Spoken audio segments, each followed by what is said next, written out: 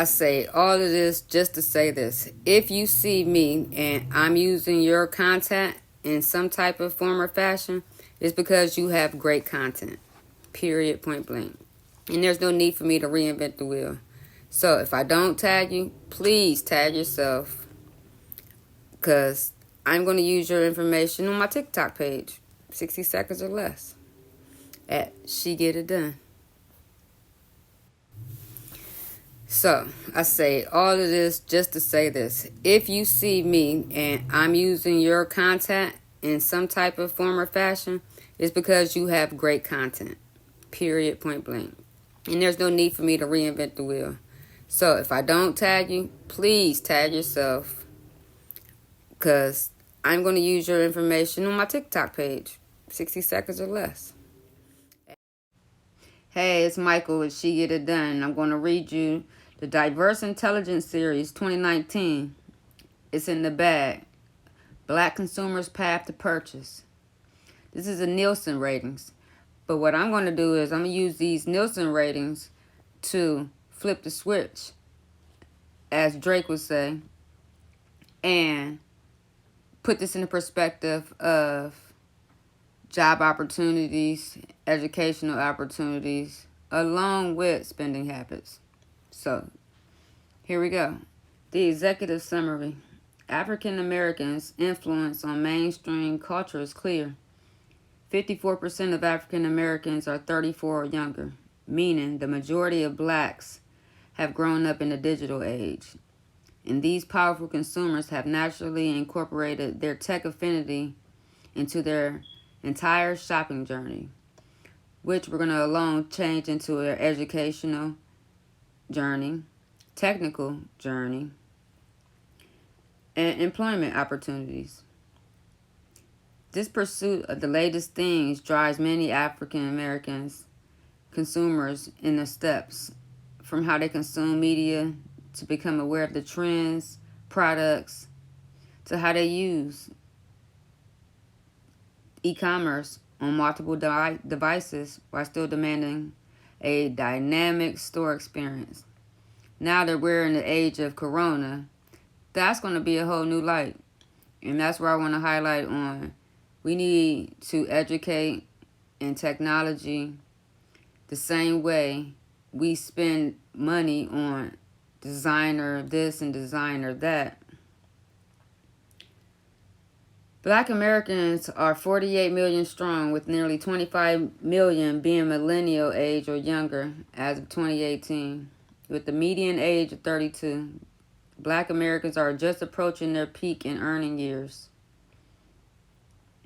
but are already dominating industries from music to fashions and many others, creating apps, digital spaces to serve their own unique needs when the opportunity demands. This is where Shegetitdone wants to get it driven, that there are lucrative construction opportunities, lucrative trucking opportunities, and both of these paths lead to very lucrative and flourishing entrepreneurial opportunities. So these are the things that we want to talk about going forward. Hey, in a world bombarded by constant new media options and technology, companies that want African American consumer dollars and companies that want employment of African Americans and other minorities and the different educational opportunities available, they got to understand what most influences African Americans and other minorities as they influence others on their paths. I mean, you have to develop authentic strategies that will evolve from actually listening to your African American, your black, your minority consumers' needs. You have to hear the needs, not assume, not hypothesize, not take educated guess on the needs and demands. It's not only the best way, but it's the only way for brands to realize, companies to realize the opportunities that we bring to the table. We have a tech affinity that drives our journey. The omni-channel of media consumes an affinity for apps and creating voids. We got to feel the voice. We love feeling voice. We're overthinkers. Radio, music, advertising. Hey, African Americans demand that the product information and feedback opportunities be integrated across multiple media channels. Let me repeat that. African American demands that the product's information and feedback opportunities be integrated across multiple media channels. We learn, gather, conjugate, get our information from TV. Whether that TV is a handheld TV in your hand, like, what was it called back in my day, the 90s? A Walkman, the Watchman. Yeah, we had a Watchman, where you had to watch TV and had a little long antenna. Pre-cell phone days. So, African Americans are more than likely than the total population to agree that advertising provides them with meaningful information about products used. So get a celebrity in there, and guess what? We're going to buy it. Food for thought. Now let's get back into this. See, this is the thing. The rise of TV content portraying nuances and layered African American stories. Guess what? Our TV is critical. We spend over 50 hours a week watching TV. So the importance of relevant content is extreme. You know, with programs like When They See Us, you know, we look at that as issues facing our communities, the things that we see daily. Another fact that I ran across is that cable networks are the primary provider of African American shows. Cable, you know what that means? Cable costs money. How much is your average cable bill? It doesn't add up. Why aren't any of these programs on free channels? What can we do to change this process? What can we have to do better as consumers, as educators? We have to do better, because we're sitting in front of the TV, and the TV shows we have to pay for are the only ones leading to our demographic. So that's what Shegetitdone wants to accomplish with construction technology and a TV show that represents us, comical and funny.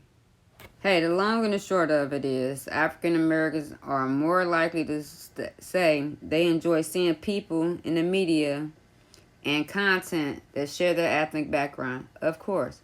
But at the same time, the whole thing adds up to, you see a celebrity modeling, wearing, promoting a particular brand on television, on social media, you are highly probable to be influenced into purchasing that particular brand because of the influence of that celebrity saying that they want. First of all, guess what? They got that product for free. They didn't pay for it. So it's mind control. Don't get fooled into it. Again, I say this. A positive African American image, celebrity endorsements, and recommendations are important influences among African American paths to pretty much anything. African American consumers are 51% more likely to agree with the celebrity endorsement and may influence a consumer to consider buying a product. It's more than the total population. There are also 33% more likely to agree with this statement. I am influenced by what's hot and what's not. 55% of African Americans align with this statement. I feel really good about seeing celebrities in the media that share my ethnic background, which surpasses the total population by 79%. African American consumers also 44% more likely to agree with the statement. I love keeping up with celebrity news and gossip. Hey man, they get their shit for free. I said it before and I'll say it again.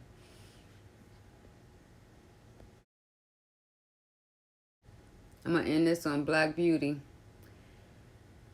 From the 800 million plus black consumers spend on detergent to the nearly 86% they spend on ethnic hair and beauty aids, black consumers' economic impact is felt in a variety of industries. African Americans continue to dominate the ethnic hair and beauty aids category, spending nearly 86% of the total 63.5 million for just hair products and ethnic beauty enhancing products. We spent 54.4 million out of 63.5 million. That is crazy. Until next time, the power of the black dollar, don't let it slip. She get it done. Power is in it.